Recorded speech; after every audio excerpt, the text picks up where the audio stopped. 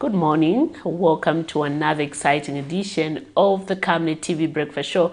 I'm your host, Miriam Kaiman. Of course, in studio, I'm not alone. I'm joined by my colleague, Patrick Soko, and would like to sincerely apologize for starting the show a bit late. This was due to some technical issues beyond our control. Nevertheless, we're here to ensure that we bring you nothing but the best. But anyway, before I talk too much, good morning, Soko. Good morning. How are you? Fine, and you? A positive Monday? As usual, it's a positive Monday. We keep it positive and ish hoping to have a very good program and conversation with our viewers this Exactly. That's why I said I don't want to talk too much, without getting that positivity verb from you. Interesting. We have always been keeping it positive. Even in your absence, we make sure that it is a positive Monday. You know, others say Monday should have been extended to an extra day over the weekend. But it would have been Tuesday, would have been like Monday. Yeah, so we would have achieved nothing at the end of the day. And people would still complain. Yes. So at the end of the day, they would want every other day to be like a weekend. Then you'll be drinking every day.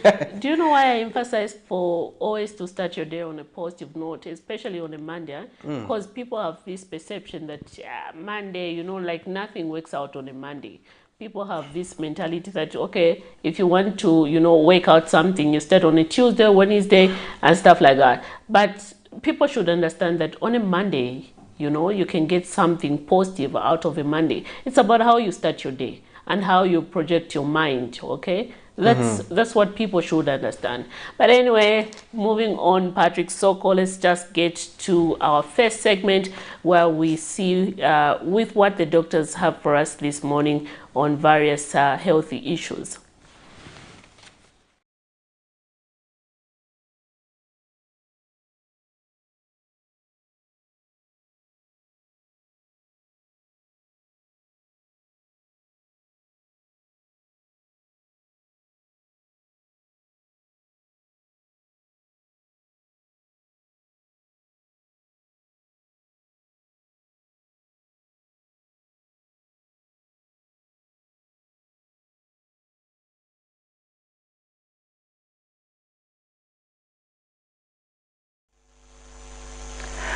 Hi, and welcome to the Health Corner here on the Breakfast Show.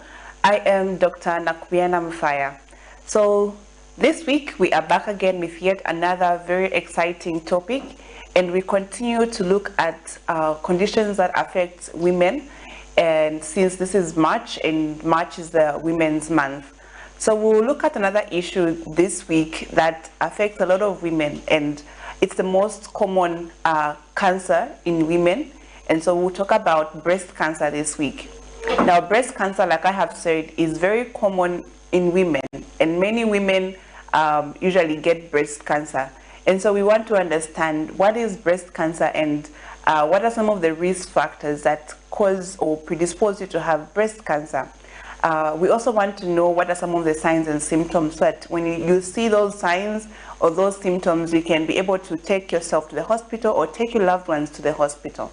We also look at how it's diagnosed and treated, and then we also look at how you can prevent breast cancer at home. So like I said, breast cancer is very common in women, and it's the most common cancer in women.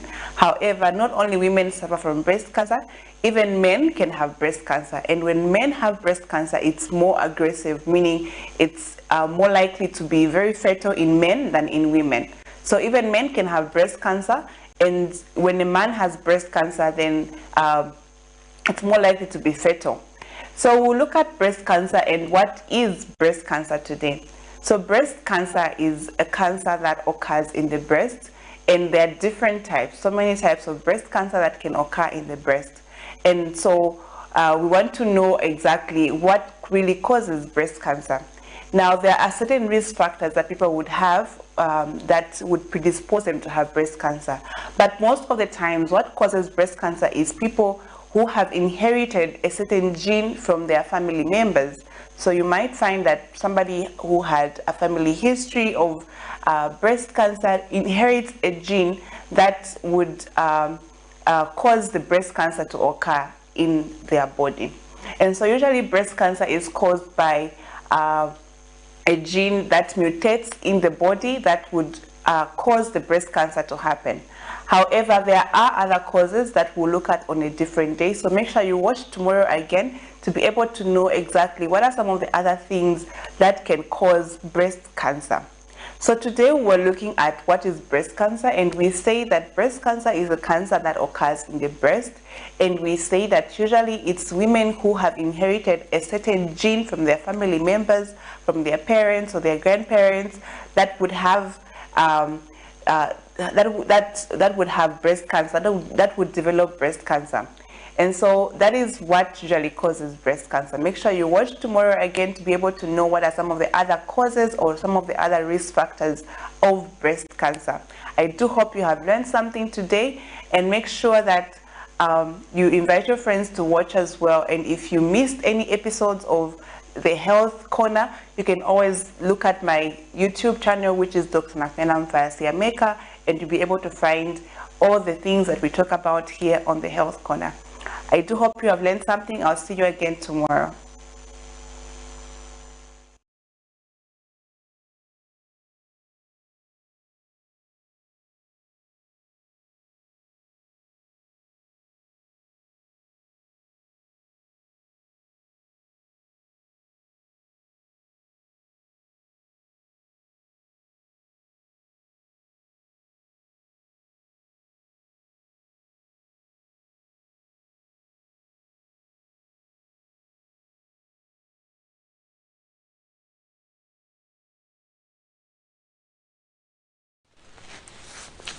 Indeed, there the doctor was talking about breast cancer. I hope you have learned one or two things.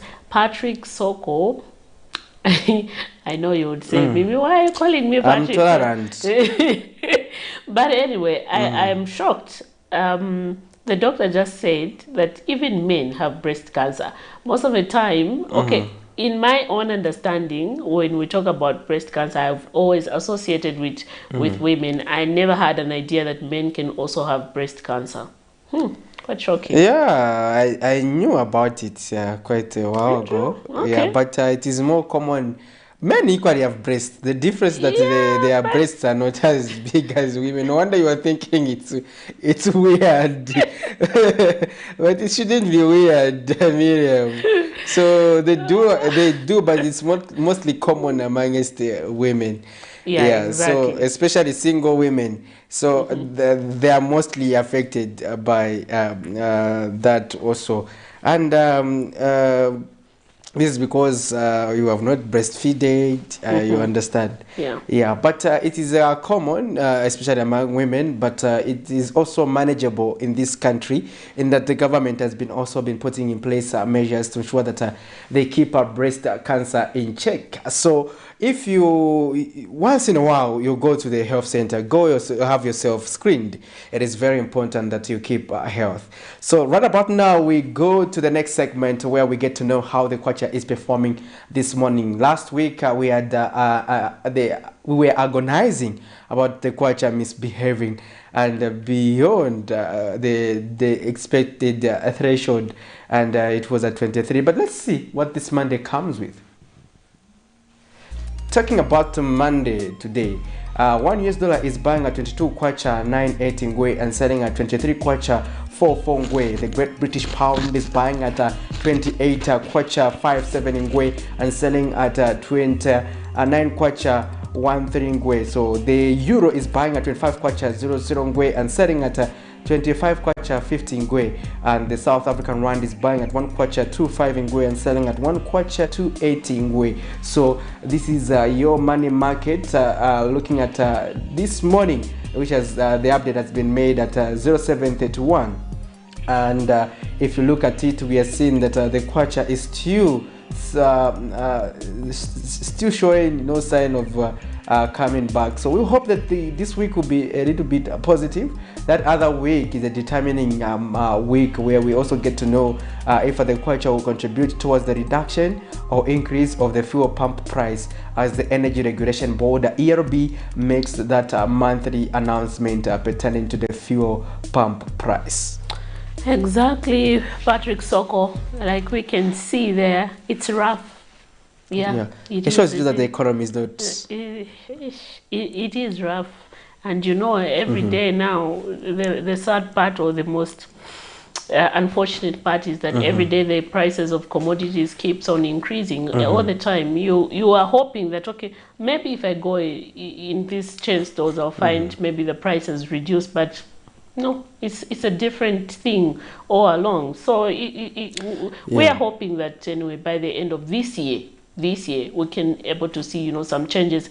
Come 2024, we should be able to see now prices of commodities reducing, you know, a reduction in price of commodities. And this is what we are hoping for, especially when it comes to the price of milling. We have seen that the government spokesperson, Mr. Cornelius Mwitwa, recently had a press briefing where you did allude to the fact that government has put in different mechanisms, and we should be able to see a reduction in 2024 when it comes to the price of milling meal. That is what we are hoping for. Indeed, that's what we are hoping for. But if the kwacha continues to depreciate, it means that most commodities will continue to escalate, especially those that we import. It means that the traders will also pass the burden to the consumers. They will say, kwacha sipe forma bueno or dollar ya kwela. So that's the language that we have for the traders. So when they say dollar ya kwela, it means that things are not good. So they'll transfer the burden to you, because it means that they need more kwachas to buy commodities. So it becomes difficult. So that's about our economy there, and how the kwacha tends to contribute to a larger part of it. Miriam. Exactly. Just a reminder to our viewers that we have now officially opened our phone lines, and you, our viewers, can take part in our conversation this morning, where we're going to be zooming in some of the stories that made headlines yesterday in our news, as well as at 08 hours we'll be joined by a guest in studio, where we're going to be looking at various issues affecting our communities, among them the continued abuse of substance abuse amongst the young people in our country. But just an interesting story that we did see yesterday, Patrick Soko. We had a story from Mazabuka, which is in Southern Province, where residents of Nachipomo village in Mazabuka district, Southern Province, have appealed to the government to construct a maternity wing on the newly constructed clinic in the area. Village headman Felon Hamwanja tells Camnet that apart from the lack of maternity wing, residents are still experiencing other challenges, such as lack of bed space and shortages of healthcare workforce. Meanwhile, Nachipoma Ward Councillor Tawanda Malambo assured the resident of government's commitment to providing healthy services as close to the people as possible. Let's get to look at that story. Rural residents often encounter barriers to healthy care that limits their ability to obtain the care they need. After many years of having no clinic, residents of Nachipoma village in Mazabuka district, Southern Province, are delighted over the construction of the newly built Nachipoma Clinic. According to the area councillor Tawanda Malambo, the construction works began in 2004 and the clinic was only completed in 2022 when the government channeled more funds. However, residents have still pointed out some of the challenges that they continue to face, such as lack of bed space, no maternity wing, and the healthy facility only has 3 healthy personnel against a population of about 8,000. We are happy with the construction of this clinic. We thank government. However, we want to appeal to the government to deploy more health workers. The other challenge we are facing is that we don't have enough bed space.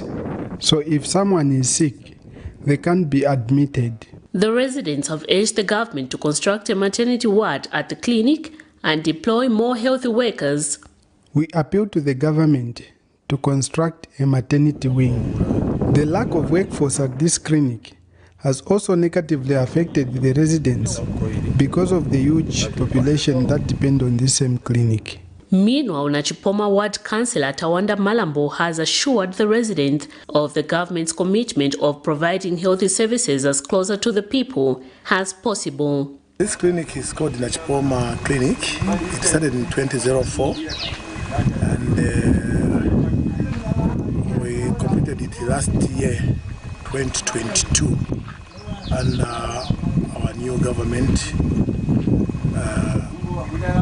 which funded more money to complete it.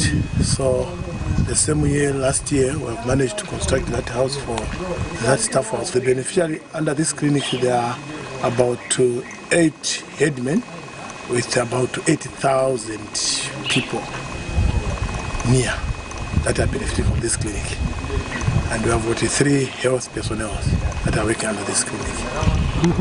We have got the nurse, we have got the EHT, and the other one. There are 3.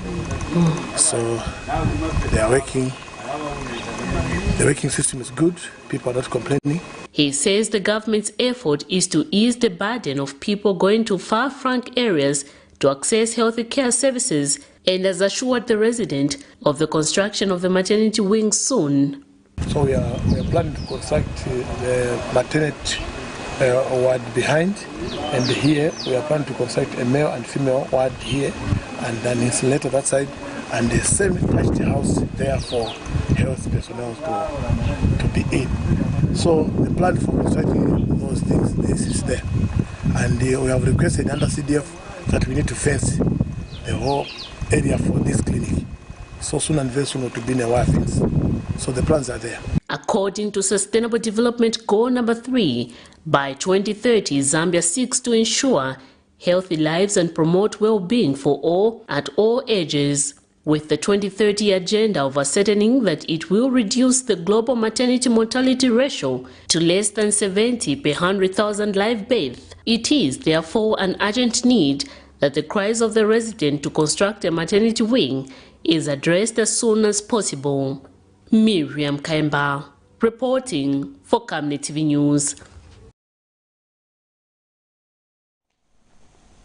We are glad that the residents of Nachipoma village in Mazabuka district, Southern Province there, now have a newly constructed clinic where now, residents can, easily access these healthy facilities. It's quite sad that from 2004, when they started constructing that clinic, it was only completed in 2022. Still the same clinic. I don't think it should have taken that long. Looking at the facility, it's not as big as what, So I think when we're talking about development inequalities, I think that's what we are talking about, we should have serious structures, That's not a very long-lasting structure. It's a structure like as if this is the look. This is I don't even know how to put it. But this is where we are talking about. When we have to channel these funds, equitable resources. Putting the same structures. Just because this is the rural area, we don't have to put a certain structure. Let you build the same structures as the urban areas. These are some of the things that, the media network had also, complained about, or rather advocates that, we need to change this colonial mentality where, just because these people are coming from the rural areas, we are not giving them the adequate or equitable resources, which shouldn't be the case. Because if you're going to talk about, development, there shouldn't be a difference. If you're going to say, here we are going to build a school with a flushable toilet in the urban area, equally in the rural areas, you need to do the same. Chances are those may be Petra trees. They are. You see, so I'm wondering, but how are we doing these things, We should be thinking ahead, when we're doing development now, we should think about structures that are going to last for a longer period of time, and also structures that add beauty and value to the community. It is important that we look at that component. That is very, very important. Exactly. Anyway, moving forward, let's just get to look at another story where farmers in Chizoma B under Chief Mwana Chingwala in Mazabuka district, Southern Province, have complained that they are forced to share fertilizer packs due to increased numbers of cooperatives. Let us get to look at that story. Farmers in Mazabuka district, Southern Province, have appealed to the government to increase the packs of the Farmer Input Support Program for small-scale farmers. The farmers of Chizoma B under Chief Mwana Chingwala have complained that they are forced to share fertilizer packs due to increased numbers of cooperatives. In an interview, some of the farmers expressed fear that due to fewer numbers of packs of inputs they are receiving, this might affect their output.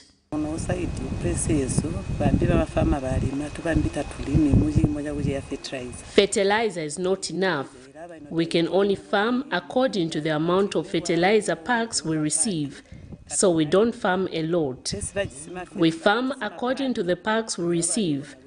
Those that receive enough fertilizer farm more. For our area, we will farm according to fertilizer we received because we did not receive more. We plead that the government should make sure that everyone in the area has access to enough fertilizer.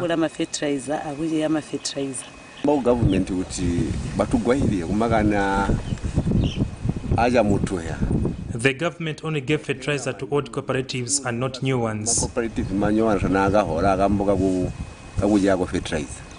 The same old cooperatives were not given enough fertilizer, so because of too many farmers who wanted the fertilizer, we were forced to start sharing. And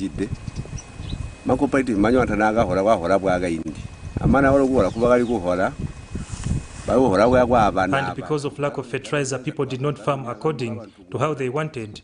As a result, this is the reason why there is hunger in the area.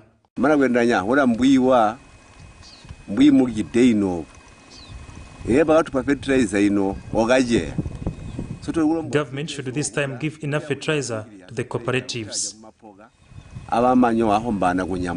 Meanwhile, Chizomobi Ward Councillor and also village headman Chemist Munyaka has appealed to the government to consider increasing the packs of input to small-scale farmers.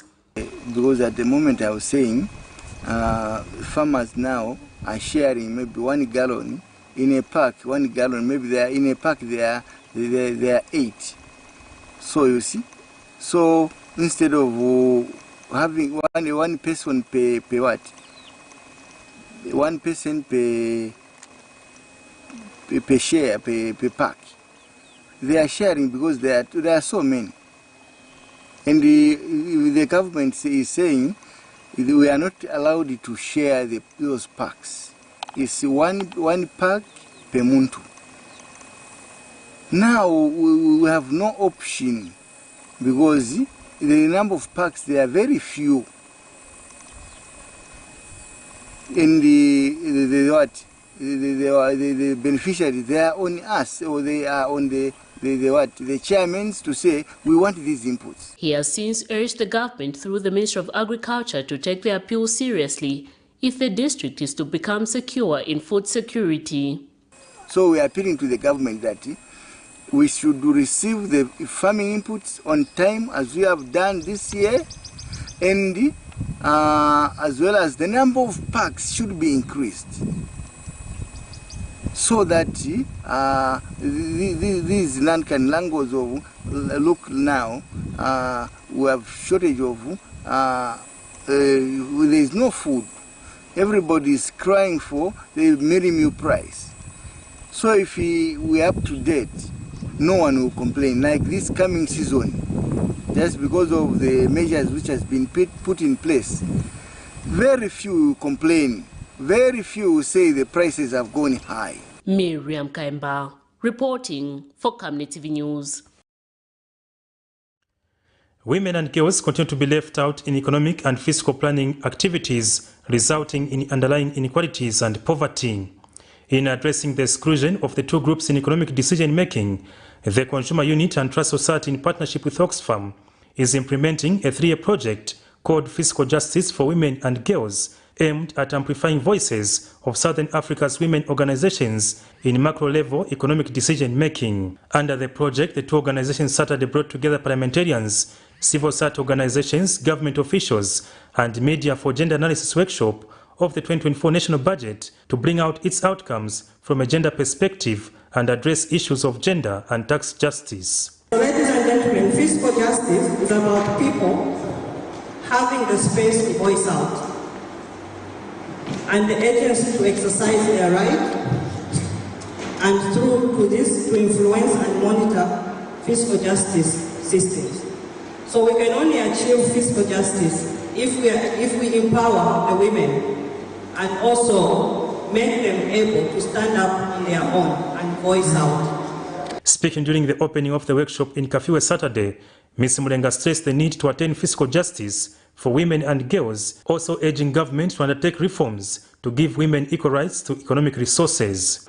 So for us to achieve physical justice for women and girls, there is need for government and all stakeholders to recognize the value of unpaid care and domestic work through provision of public services infrastructure, such as hospitals, education, and other social protection policies.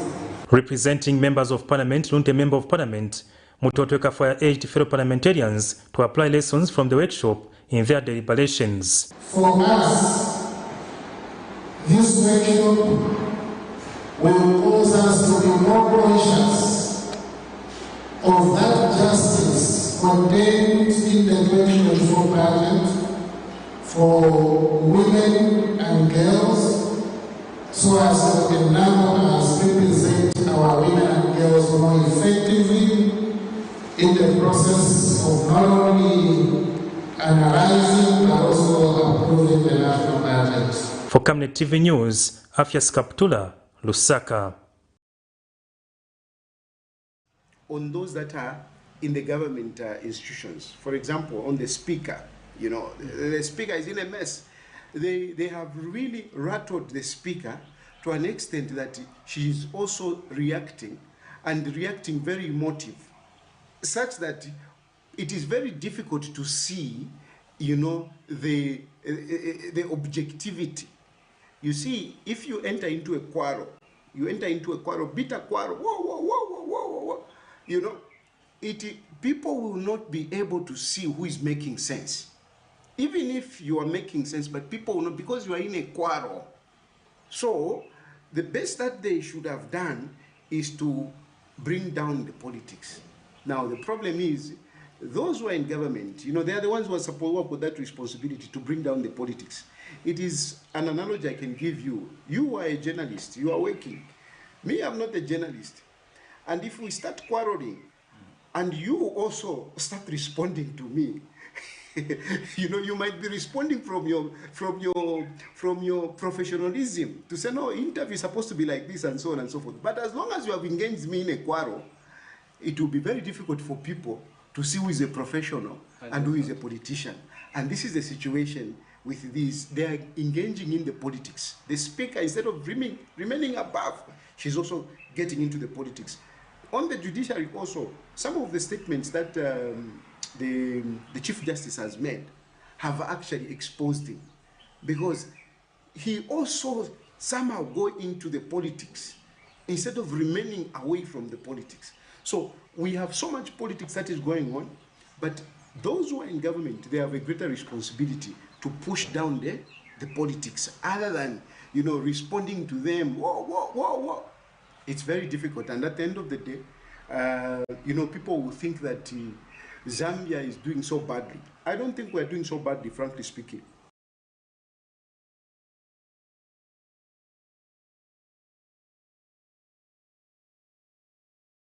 Chawama Police Station yesterday, the 18th of November 2023, and 12 hours conducted intensive patrols to apprehend junkies who are fond of terrorizing members of the public.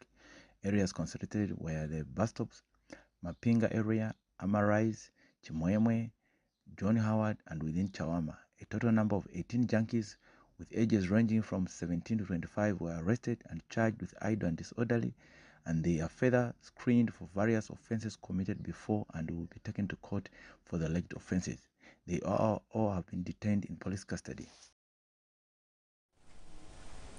Thank you for still staying tuned to the Camnet TV Breakfast Show. We now transition into our first interview, where we are joined by a guest in studio, Mr. Michael Nkosi, who is the Director for Youth Life Project Zambia, who is going to be helping us discuss various issues pertaining to our community in relation to the continued drug abuse that we have continued to see amongst our youths in various communities. Good morning. Good morning, thank you. We are glad to have you on set this morning. The pleasure is all mine. It's always a good time to be here. Every time I ask Soko when we come on set, is it a positive Monday for you as well? It's always a positive Monday with us. I mean, youth is very active, Mm-hmm. and sometimes I wonder if we even have what we call weekends, because we are constantly in this working mode. Because when youth is up and active like that, it means we are actually working. Mm-hmm. I basically know that you're not new to the screens of Camnet TV, but just for the sake of our viewers who are watching you for the first time, just help us understand what a Youth Life Project Zambia is all about. Okay, so Youth Life Project Zambia is a youth-oriented organization. It is a social justice hub.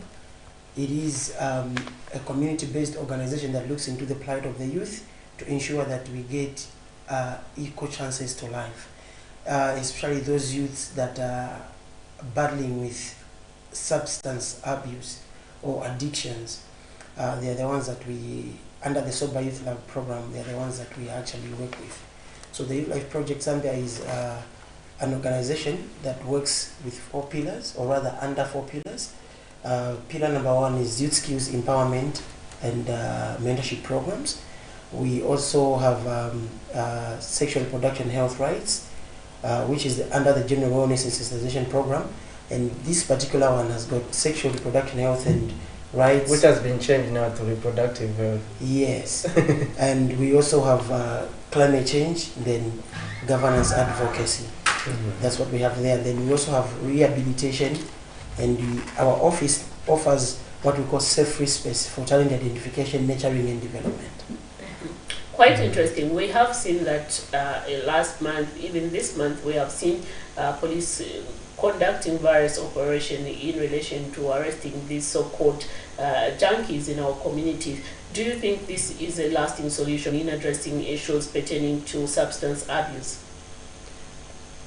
You know, when you look at history, I think history plays a pivotal role on this one, because ever since as early as, or rather, just when we turned into a millennium, I think that was in the early 2000s. The police have been working with the drug enforcement and other agencies to curb this vice, and they've been visiting Chibolia. And for some reason, where we are standing as the Youth Life Project, we are worried because they are doing this, and they've been doing this for quite a while, and they are not realizing how much of a problem they are creating. The whole operation makes even the work of all the stakeholders even difficult, because now drugs are no longer about Chibolia. In these raids, the negative that has come out is that they've decentralized Chibolia. So you see, when you look at, for example, 2014, a raid was done, a number of people were nabbed. Fast forward, you can bring it to 2019, you can come to 2020, 2022, and one pattern that is so consistent is that the numbers that are being nabbed after a raid are always increasing in the next particular raid. So like this time around, when you look at last year, we had about 139, if not mistaken, that were nabbed. But this time around, we have 303. It's actually more than double. It's a over 100% increment. Mm-hmm. So this is worrying as a Youth Life Project, because it means we are doing a number of things wrong. This is not to shoot down at the efforts of the agencies and the officers that are trying to do this, because we know it's out of goodwill really. They have the best interest at heart. But I feel, in as much as this is a serious matter that cannot just be handled with kids' gloves, we need to be very systematic and very intentional in our approach. First of all, we need to point out that there is need for financing the whole operation. This is not an operation that can just solely be conducted by DEC and the government agencies. No. There are stakeholders like the Youth Life Project and other organizations that are very friendly to the youth and are actually rooted in the ground, who can actually work with these institutions to ensure that some of these issues are actually addressed adequately. Because, see, this operation had about 3 agencies coming together. When I looked at that, immediately my response was, wow. So now we even had the police, DEC, and now we even added immigration. How I wish we also had such harmonization between DEC and health institutions. Yes, on paper, people claim so, but I'll tell you for a fact that right now, when you take someone, if DEC doesn't have tools to use in their lab or whatsoever they use for the lab for them to help our patients, because I mean addiction is a sickness, but it's a conversation we're going to delve in as we continue. When DEC doesn't have the utensils to use in their lab, they will definitely do a referral to either level 1 Chilenje, UTH or Chinama. Get to Chinama, you undergo the same process, the process of that patient that is sick of malaria. That's the process that you'll be subjected to, and it's a lengthy process because hospitals are always congested, or clinics are always congested. So now you're with this person who is feeling all the adverse effects of withdrawal perhaps, and they're there on the queue. After finishing the whole process, at the end of it all, now when you're about to get help or to be assisted, then they'll tell you, you need to pay 450 kwacha for lab tests. From who? How? Because there are organizations like ourselves that are not funded for this cause. But we work in the community and we've made the youth our business. We want to ensure that the youth inherits, not just inheriting, but also creates a desired future. We are aware that where there's no youth, there's no future. When there's no youth, there's no country going forward. The reason why we're even doing all this thing is to look into it, that the potential that we harness as the youth, because in truth, we are not down. In truth, we are not incompetent.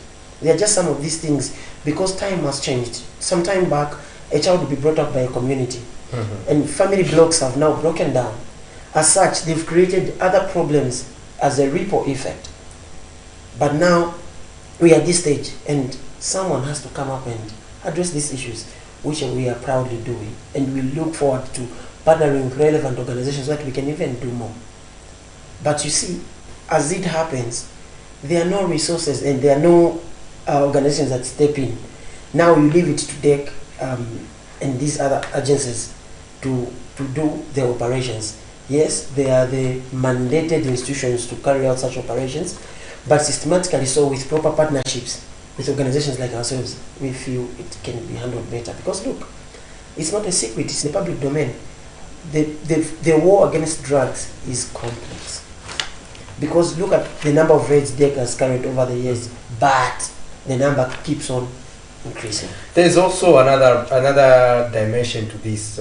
We've seen various countries, even countries that are advanced. There's a perspective. In fact, it has been proven that addressing drug addiction or the problem of drugs is quite expensive, because the treatment that goes into it is not cheap.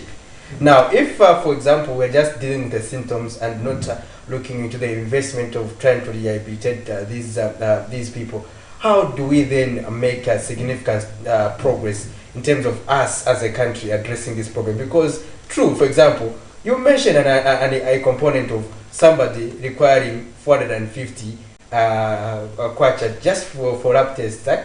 But there are many things that are needed apart from that. Now, this is a mother who comes in Chawama or in Mississippi, and their child has been admitted, and you expect them to go and find 450 kwacha, and on top of that, they have to compete with other needs, like buying a bag of meal, which is fetching in the range of 300 kwacha.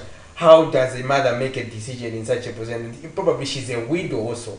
So if you look at these problems now, how do they will just say, probably, let him be. I'll be very honest with you. One sorry thing that we must be thinking of changing as a country, or maybe just as the media, I'll challenge you this time around. I think it's about time that you followed some of these things that we discuss on set. I mean, we've been talking, and I really wish that this rhetoric ends here. We need to see certain things done. One thing that is evident is that even DEC itself is understaffed. I can attest that there has been times when we've gone with the youth there for them to be cancelled, and there will be no officer because all the officers are in the field. What does that entail? There's no enough manpower. Also, there's need for decentralization. when it comes to DEC itself. Not only are they understaffed at their offices, but now the need for us to win this war against drug abuse or substance abuse entails that there has to be some sort of decentralization. We need to have DEC officers, or at least deliberately so, DEC capacitating local organizations or even supporting them financially to set up bases or offices within the local structures of the community. For example, we now have the facility of CDF. I will quickly delve into that. We can leverage on those resources to deliberately apportion a percentage that can be dedicated to the fight against drugs. That was my follow-up question, because my thinking is that if this has been identified as a major problem in every community, why isn't it being prioritized when it comes to a CDF, where we are saying all the money is being channeled to? I don't want to say it's lack of political will, but it is just alluding to the fact that we've not given it a careful thought. People have not really paid attention. You know, I think it's a problem, for example, when people get used to a crisis. I've always jokingly said that you don't get used to hunger, because then you will not see the need to work hard. You know? You don't need to get used to a crisis. Otherwise, you will not see the need to change the narrative or to change things. It's about time that the issue of drugs is given all the attention that it deserves or it requires. Because, look, how children are wasting. Just on Friday, I had 2 women. These women came to me with different cases, but both about their grandchildren. The other one is a retired nurse, the other one a retired teacher. These are not people that are coming from poverty-stricken families. These are people that are coming from what I would say at least balanced families, you know. But they're saying, my grandson, brilliant at school, good results, very humble, a very good human being, but drugs. He's wasting. I don't know what to do with him anymore. But also, this comes back to what we were promised last year, or should I say slightly over a year, because that was August 27th, 2022, when the president said he's giving us a rehabilitation center. Because notably so, one of the things that came out from the women was that some of them, they've even tried to take their children to rehabilitation centers, but they're crying, it's too expensive. It's just too expensive. The fact that we all know, it's not a secret, that fighting the war against substance abuse is a very expensive venture.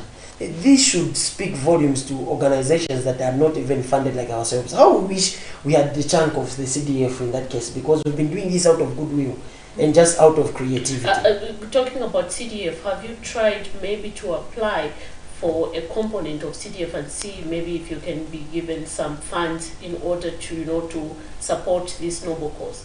Okay, so apparently it's now that the CDF guidelines are also being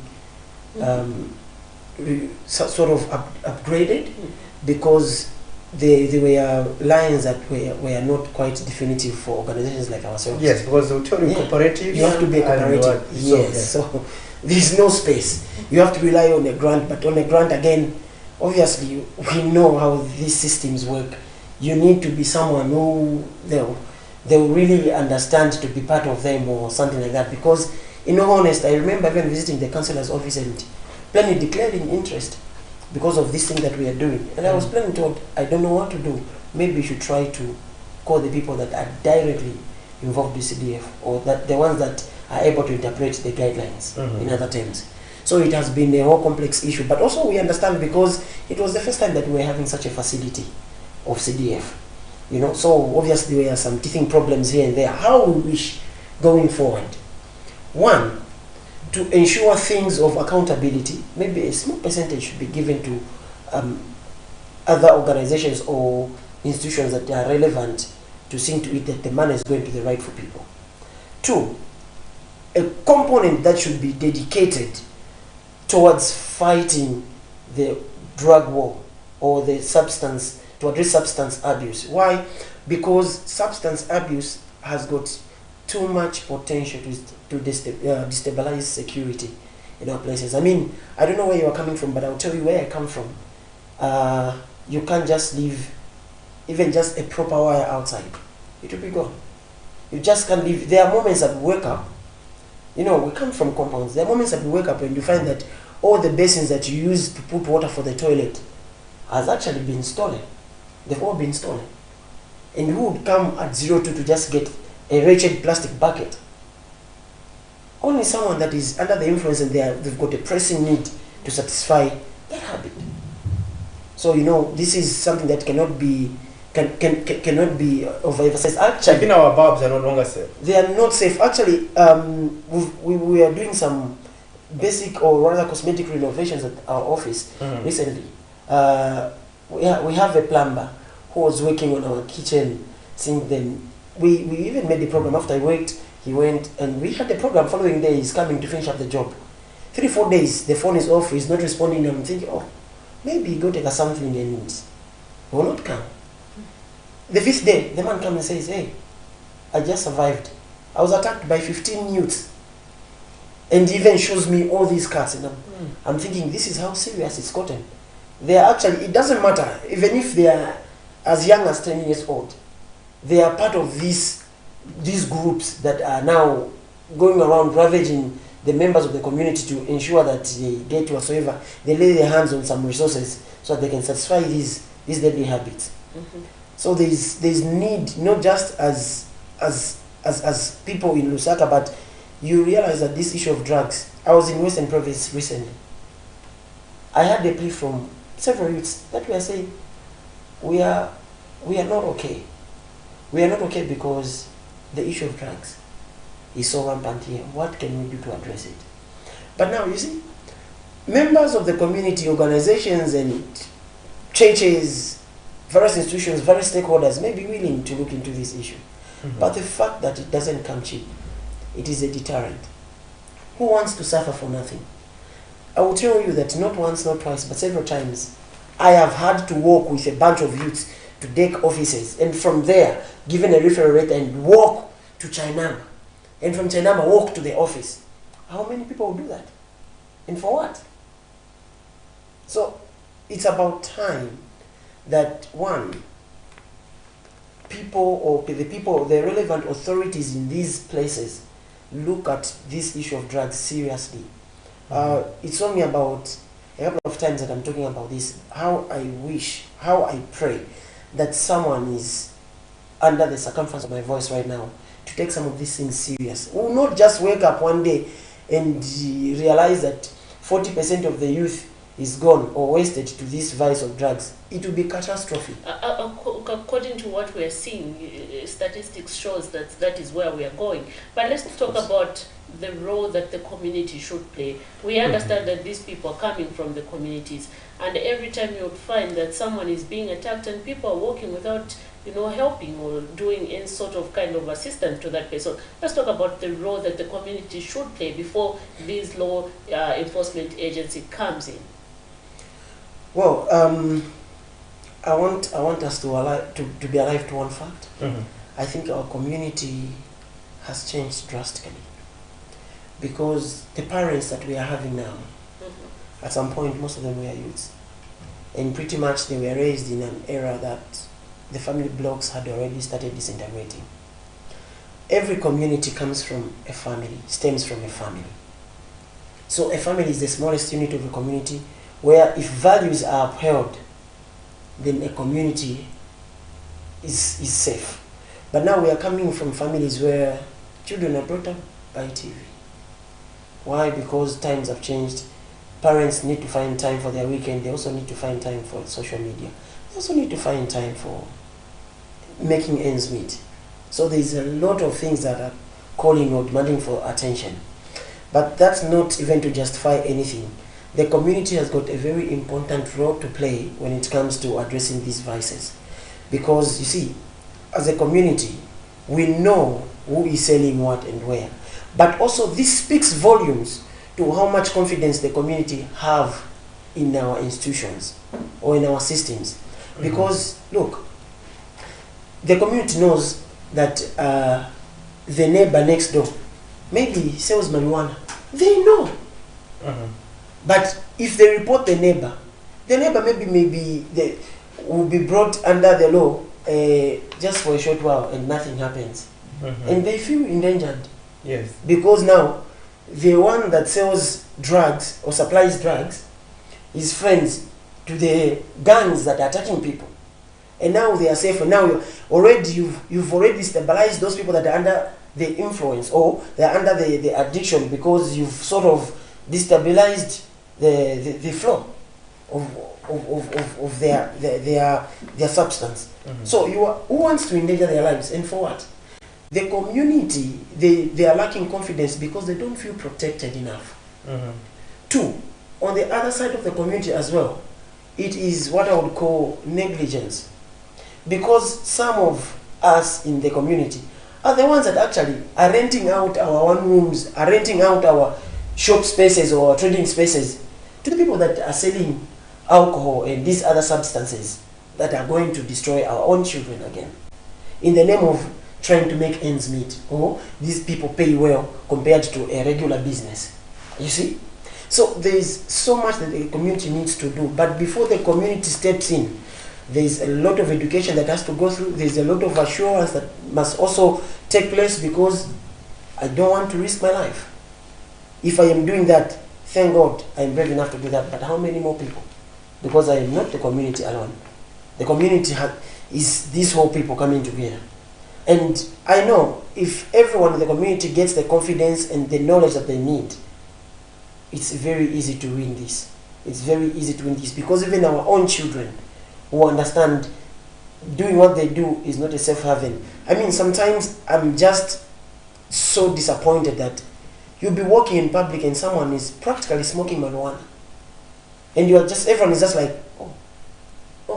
balazi, and stuff like that. What's that? That shows the level of disintegration. The level of how bad it has become.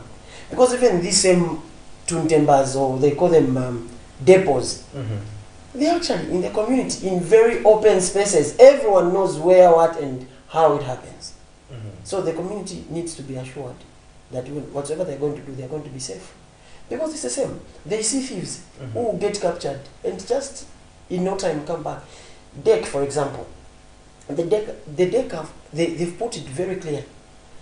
When they capture someone, they take them to the relevant authorities. Their case ends there. They are not the ones that will arrest or sentence you or do it. It's not DEC. It's the other wing of the law that take care of that. So their control ends there. So what happens there? They are also incapacitated. I mean, there's nothing they can do. They will just be there watching. And that's how it goes. So there is need. The way the agencies are coming together to raid Chivolia, for example, they should also be alive to the fact that Chivolia is in Tendere, Chivolia is in Chawama, Chivolia is in Matero, there is Chivolia everywhere. Perhaps they should be doing that as well. Seeing that apparently I think they are the only ones that might have little resources, even if we know there are not enough resources, but they are the ones that have little resources. How we wish if resources were enough, we can do this in a very coordinated way, that there will not be even all this thing that looks like the people are up at arms or what. It will be cooperation from point A to point Z, and people will be willing to come forward and reform. Let's have a look at this story which we covered in Chivolia, then to just give you to the extent of this problem. Like our guest had stated, it is in Chivolia, but in almost every community, the same thing is happening. So let's have a look at this story. We'll be back on the other side. Keep it on Camnet TV, not just another channel. A combined team of police, Department of Immigration and the Drug Enforcement Commission have again conducted a raid on Lusaka's notorious drugs den Chivolia compound and arrested over 300 people for various offenses. The law enforcer says sanity is slowly returning to the notorious Chivolia compound following the concurrent arrests that have been conducted in the area. Officers say success has been scored in ensuring that calm is restored in the once no-go area for law enforcement agencies. As alluded to, We shall continue to work under other law enforcement agencies in keeping illegal activities that are going on around the site. As you can see from behind me here, that we have seized quite a number of categories of quantities of cannabis, other drug materials. This is an ongoing operation of the drug enforcement commission with other law enforcement agencies and also the immigration department for us to claim the illegal activities that are going on in Lusaka. We shall continue to pursue the illegal activities. The commission has said, as for immigration, the number is 71. Suspected prohibited immigrants who have been apprehended, and we'll continue this operation. So hoping that by the end of it, it will be a successful operation. Those arrested include 9 females picked for idle and disorderly conduct, 7 picked for drugs-related offense, while 71, among them 8 females, are suspected prohibited immigrants. The suspects are aged between 15 and 80. Items recovered during the operations include 12 plasma television sets and other household goods suspected to have been stolen. Other items also include 4 motor vehicles which were found abandoned during the cleanup operation. Authorities say the cleanup operation is in line with interagency framework agreement among law enforcement agencies to curb organized crime in the country. Miriam Kaimba, reporting for Camnet TV News.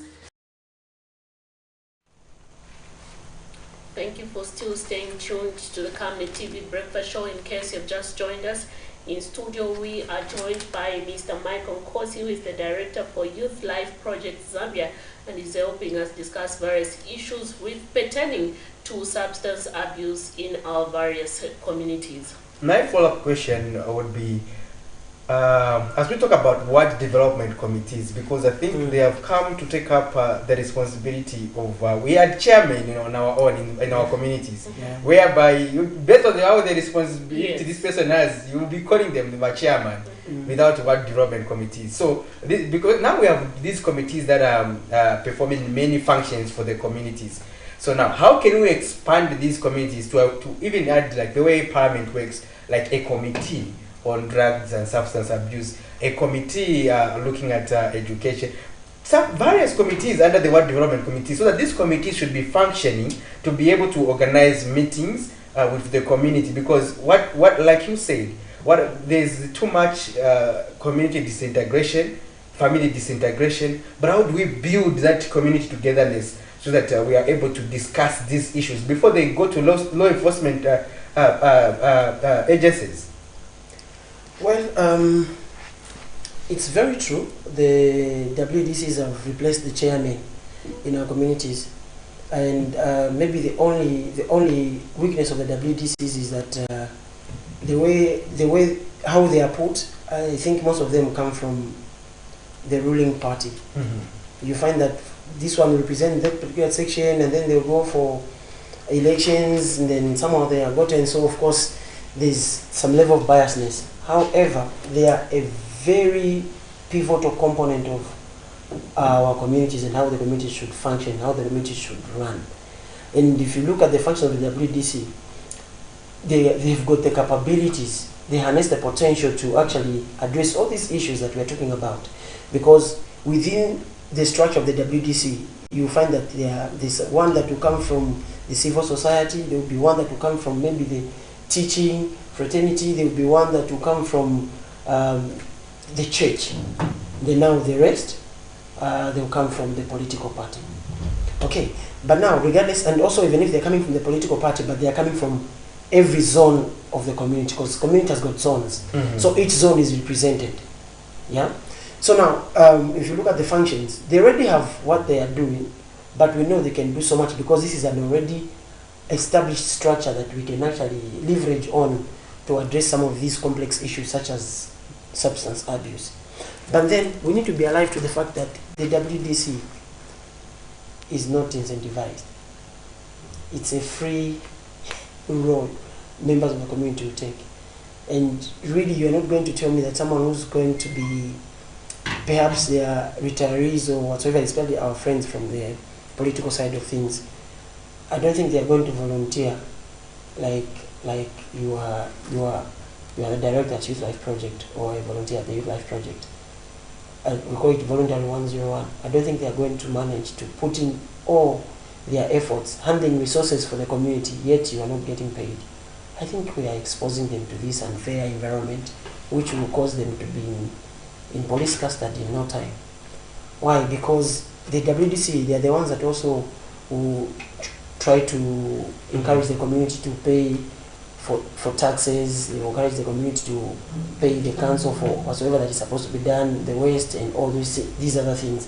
Now you're bringing in the issue of maybe addressing the vices of drugs. Yes, they can do that, but again, we go back. It's not cheap. It's not cheap. And looking at the level at which we are moving when it comes to drugs or substance abuse, we really need a lot of, or should I say, we need concerted efforts, because there's need for the WDCs to have several engagements with various stakeholders, with the youth, with the parents, and with everyone, and as well as the relevant authorities, which may be the council and up. Of course, they have several engagements with the councillor, but there is need for them now to get to, even with DEC, because I remember one particular meeting we had under the councillor's office.